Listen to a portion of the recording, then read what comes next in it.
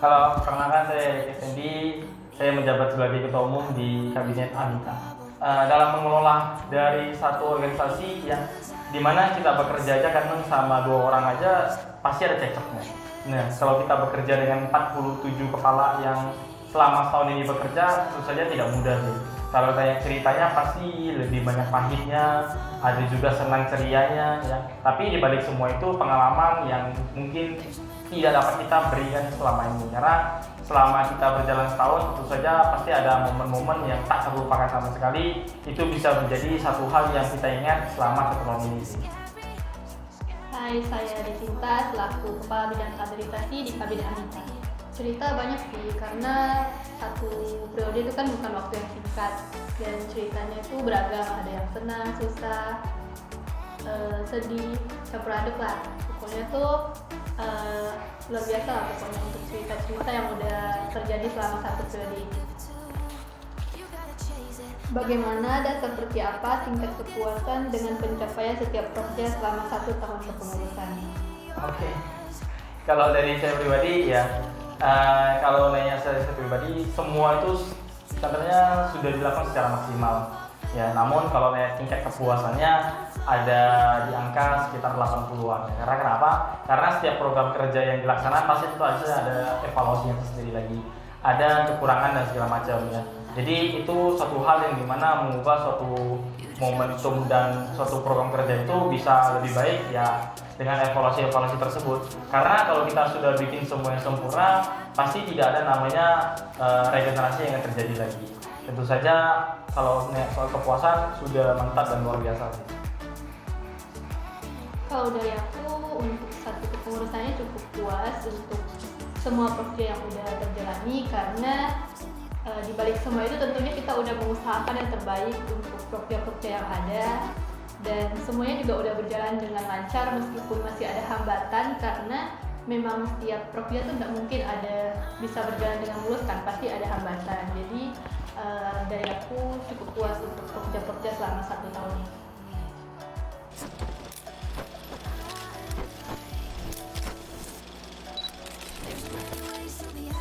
Untuk harapan sendiri kan satu kepengurusan ini udah berlalu. Harapannya kedepannya siapapun yang melanjutkan estafet kepengurusan ini semoga bisa lebih baik dari kepengurusan sebelumnya, karena setiap pengurus tentunya punya cerita, dan semoga kalian bisa mengukir cerita kalian semenarik dan sebaik mungkin untuk kedepannya. Kalau dari saya harapannya tentu saja ketika saya dengar satu motivasi yang mungkin menurut saya sangat luar biasa sebelum saya naik adalah kata-kata mengambil resiko sih. Jadi kalau ketika kita takut dalam mengambil resiko, tentu saja tidak akan semuanya bisa berjalan dan bisa seperti cerita hari ini ya. Kalau yang harapannya adalah semoga kedepannya KBB bisa selalu ada, ini selalu jadi wadah untuk anak-anak Buddhis di Untan bisa menjadi satu tempat belajar, berkumpul dan segala macam ya. Tapi yang paling penting satu, karena slogan dari KBB Untan adalah sekali keluarga tetap keluarga. Kata-kata keluarga ini bisa terrealisasi di tahun depan, karena menurut saya keluarga seutuhnya adalah seseorang yang selalu ada dan tidak memikirkan egoisnya masing-masing. Jadi ini jadi satu tempat di mana mencurahkan hati, mencari suatu hal yang kita inginkan, dan berbagai pengalaman yang mungkin tak terkalahkan. Oke, halo semuanya, saya Vanessa Mauricio, menjabat sebagai Sekretaris Umum di Kabinet Amita. Kalau dibilang fun, bisa dibilang 1 tahun kepengurusan ini sebenarnya kalau kita jalankan itu kalau udah di akhir-akhir kepengurusan ini makin nggak terasa gitu, karena banyak waktu dan juga memori yang bakalan terjadi dan juga bisa kita nikmati ke depannya. Kemudian juga rasanya sebagai diri juga karena di sini kita juga sebagai leader ya, ini kita juga belajar untuk bisa memimpin dan membawa adik-adik serta anggota kita untuk bisa melakukan sesuatu yang bisa bermanfaat untuk kepada kita. Halo juga, nama saya Sania Pujianti, saya sebagai Kepala Bidang Kerohanian. Kalau dari saya sendiri merasakan banyak momen naik turunnya, di mana ada senangnya, sedihnya, dan itu tuh campur aduk lah. Adakah kita pesan dan momen yang paling memorable selama kepengurusan? kalau dari saya sendiri itu sebenarnya di momen-momen kepanitiaan sih, Mbak. Soalnya kan kepanitiaan kita juga selain bisa bagi peran menjadi pengurus, kita juga menjadi panitia gitu. Dimana di situ juga kita bakal kelari kerjaan sebagai panitia dan juga kerjaan sebagai pengurus. Kemudian juga di sana kita rasanya banyak banget agenda yang harus dijalankan gitu. Misalnya kayak ada rapat ataupun ada cuti dan lain sebagainya. Nah itu yang bikin suka dukanya sih yang makin terkenang gitu, karena ada banyak momen-momen yang istilahnya tuh bisa dikerjakan secara bersama-sama gitu dalam satu kepanitiaan. Kalau dari saya sama juga, dari momen kepanitiaan itu adalah momen-momen yang mendekatkan kita sebagai pengurus, karena kalau sebagai pengurus mungkin kita agak terpacu hanya pada bidang sendiri, tapi kalau di kepanitiaan tuh kita mempunyai tujuan dan target yang sama, yaitu untuk menyukseskan kepanitiaan tersebut. Dan yang paling memorable di sini adalah panitia festival Waisak sih kalau bagi saya, karena emang kepanitiaan yang lumayan kompleks dari awal perencanaannya yang bisa dibilang sangat rumit, di mana kita harus merencanakan rangkaian acaranya dan juga kita mencari komponen-komponen dari rangkaian acara kita itu bagaimana, mencari kerjasama, dan itu merupakan bagian yang sangat memorable, di mana kita tuh bekerja sama juga dengan pihak-pihak lain dan juga kita dapat menonjolkan eksistensi KBMP keluar itu bagaimana.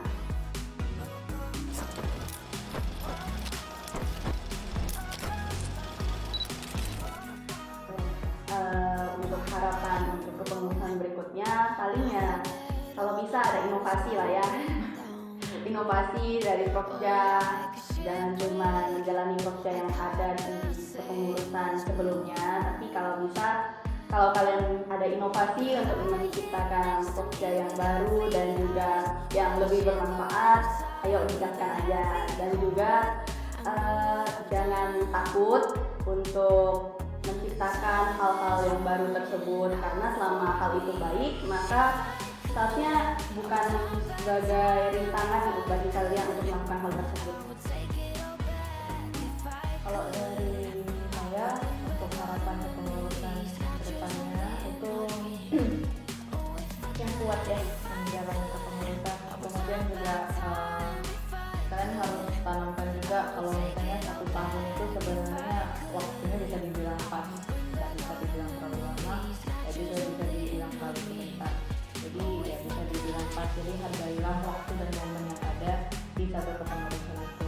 Kemudian juga jangan takut kalau dari misalnya kalau dari IT itu berani melangkah, jadi jangan takut untuk dikritik, tetap aja berani melangkah selama kalian punya keyakinan itu dan kalian juga kayak udah yakin lah dengan diri kalian sendiri, itu berani aja melangkah.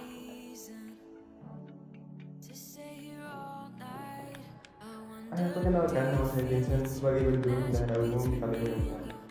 Untuk selama 1 tahun jadi inti pengurus itu hal yang sangat tidak terlupakan.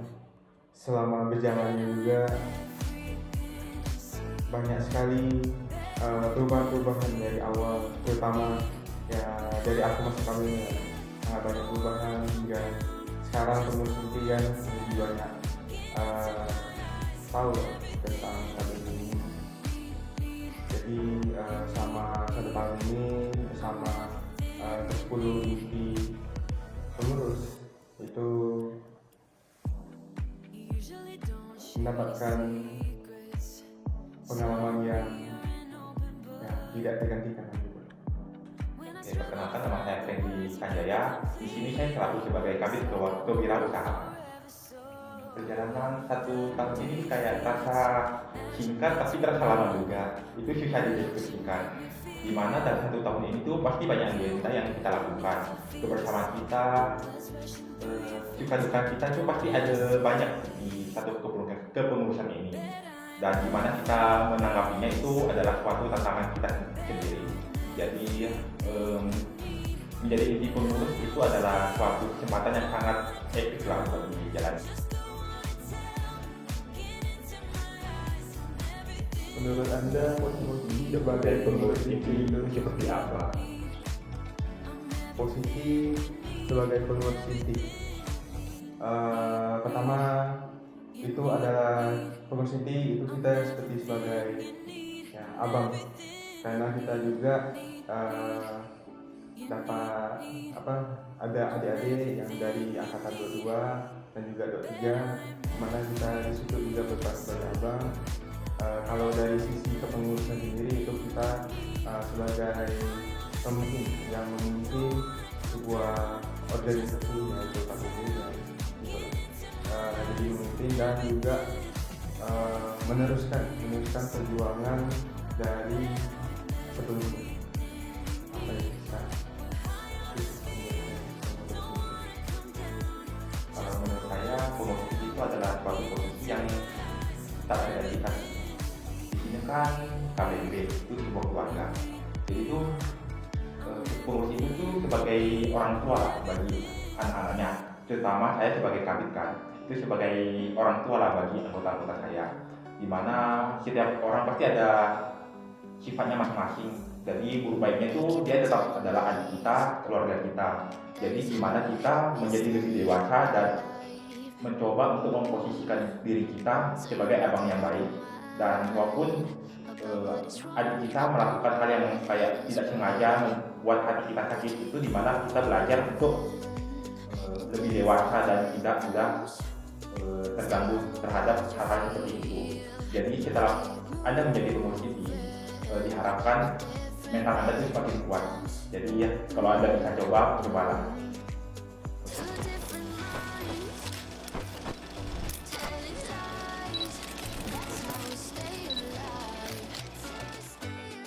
Kalau harapan dari saya itu, kalau Anda sebagai pengurus, pasti kalian ada plus minus yang Anda lihat kepada kami. Jadi yang minus itu kalian perbaiki, yang positif kalian kembangkan. Jadi yang kedepannya itu pasti lebih baik dari kami. Misalnya ada di kepengurusan kami itu ada yang tidak mencapai target, atau ada yang di sana kan ada di LPG itu ada kendala, evaluasi dan implementasi. Untuk kendala kalian antisipasi, buat evaluasi kalian perbaiki, buat implementasi kalian coba baca dan apakah itu kedepannya Anda. Jadi semoga yang kedepannya itu bisa perfect lah, walaupun tidak ada yang perfect tapi hampir mencapai perfect. Kalau harapan dari aku untuk kedepannya itu tidak banyak sih dan tidak besar. Selama KBM ini tetap ada, tetap berjalan di mana tempat berkumpulan semua mahasiswa Budi ataupun orang-orang yang kita kenal, siapapun itu loh, jadi dapat berkumpul bersama. Halo, nama aku Maria Sarika. Di sini aku selaku kepala bidang hubungan masyarakat di Kabinet Angkatan. Kalau misalnya pengalaman, mungkin lebih kenal dengan lagi di bidang humas sendiri kan itu harus akrab dengan senior, dengan orang luar juga, terus juga terkait KBM lagi di media sosial.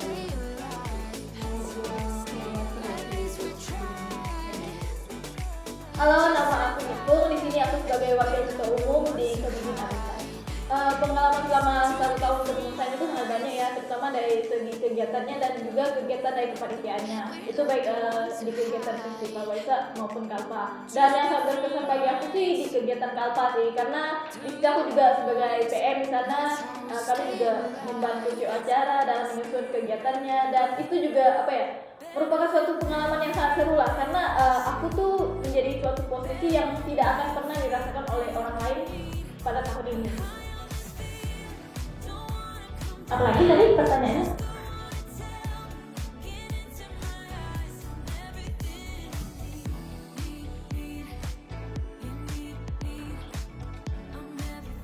Oke, di sini pertanyaannya, apakah ada kendala yang sering terjadi di dalam kepengurusan inti dan seperti apa cara mengatasinya? Sebenarnya kendala yang sering terjadi di kepengurusan inti biasa tuh sering terjadi miskomunikasi, dimana kayak satu orang bapak akan nelpon.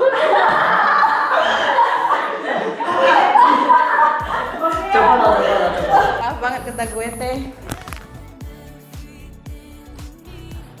Kendala yang sering terjadi yang selama setahun ini sering terjadi itu miskomunikasi sih antara sesama inti, dimana yang satu inti tuh punya pemikiran sedemikian, lalu yang satunya tuh nggak paham maksud dari inti yang ini. Jadi biasa tuh sering terjadi miskomunikasi.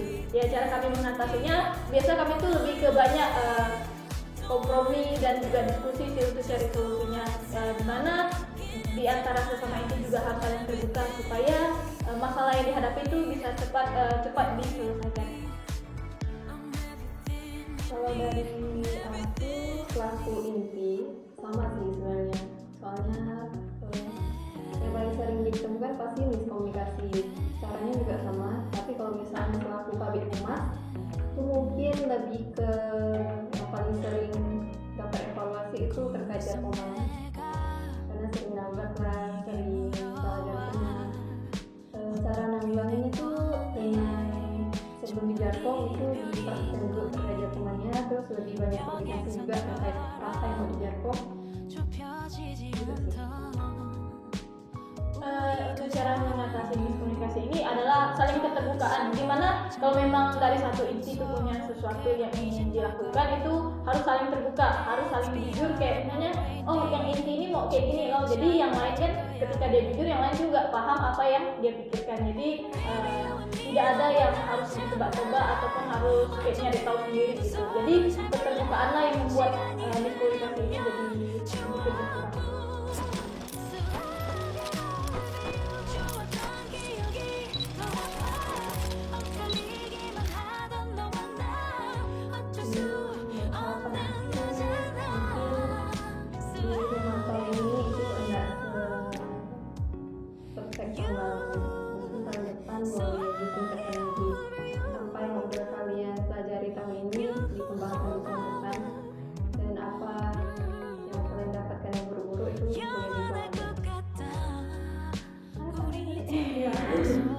Harapan aku untuk kepengurusan tahun depan, di sini kan tahun ini kami yang bawa, dimana angkatan yang 1 tahun sebelumnya baru belajar 1 tahun dan tiba-tiba kami yang bawa. Nah untuk tahun depan kalian kan udah tahu kalau bakal kalian yang bawa, dan harapannya ketika kalian mengikuti kepengurusan kami, kalian tuh dapat banyak pelajaran dari kepengurusan kami. Yang baiknya silakan lakukan di tahun depan, dan gurunya silakan diperbaiki.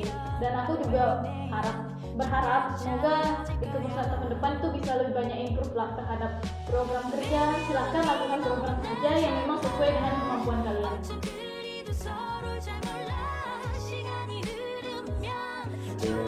Kalau Kevin, jabatan aku di Ramita adalah sebagai kabin dokter. Salah satu periode ini ya pikir awalnya aku bikin gampang, karena semua ngurus masalah olahraga, seni dan lain-lain.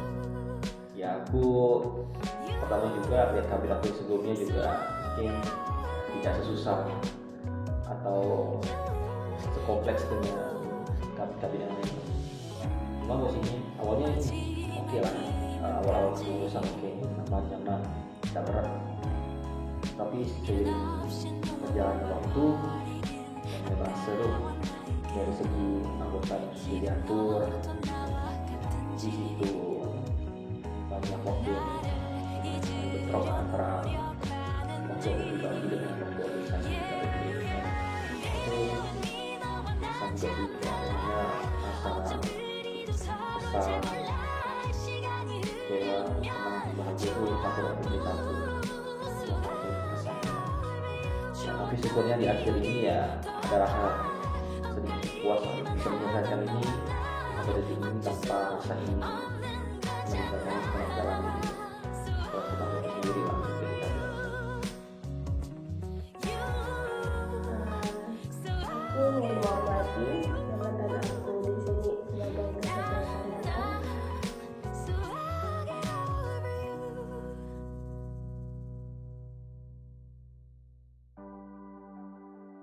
Kalau dari aku, kesannya selama di angkutan awalnya cuma coba-coba ya, join ikut itu. Aku dipercayakan, tapi aku awalnya memang enggak, masih insecure lah, emang bisa aku jadi pengurus jadi kesek. Jadi kesek tuh kayaknya berat lah, harus ngurus barang sekre itu banyak lah barangnya, lalu banyak lah pokoknya anak sekre.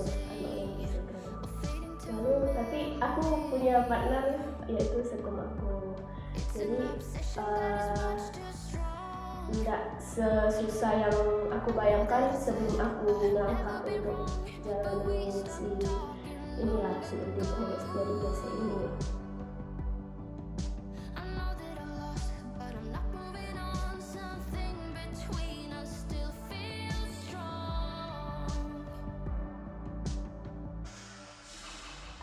Menurut Anda posisi sebagai pengurus inti itu seperti apa? Menurut aku ya, posisi sebagai inti di dalam pengurus itu kayak poin-poin penting lah, sudah poin penting atau poin unsur penting yang berada di poin tersebut, begitu lah. Jadi ya inti ini bisa dikatakan suatu sumber di mana pengurus itu bagaimana kemana dan diarahkan kemana. Ibarat kata tuh kayak mata angin gitu kan ada tuh matanya kan, jadi arahnya kemana dari anggota-anggotanya itu ditentukan dari ide tersebut. Kenapa sih ide sih?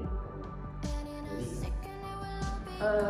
posisi inti pengurus seperti apa sih? Mungkin aku bisa bilang itu kayak akar dari buah pohon ya. Kalau tanpa akar, pohon itu tidak bisa terus bertumbuh, karena akar itu yang istilahnya jadi titik untuk bagi pohonnya itu tumbuh. Mungkin itu yang bisa aku jelaskan gitu.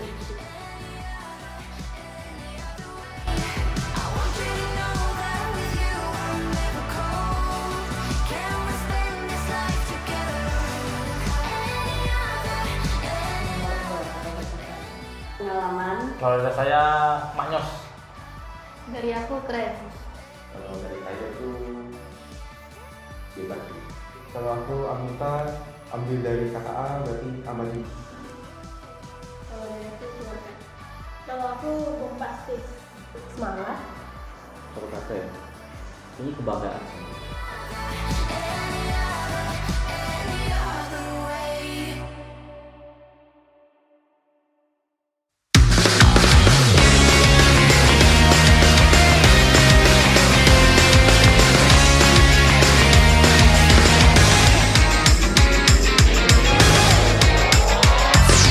Angin musim gugur meniup dahan pohon, selembar daun pun terjatuh. Ku melihat punggungnya yang sedang menari dengan mudah indahnya. Kita yang ditinggalkannya di tempat kita berada, suatu saat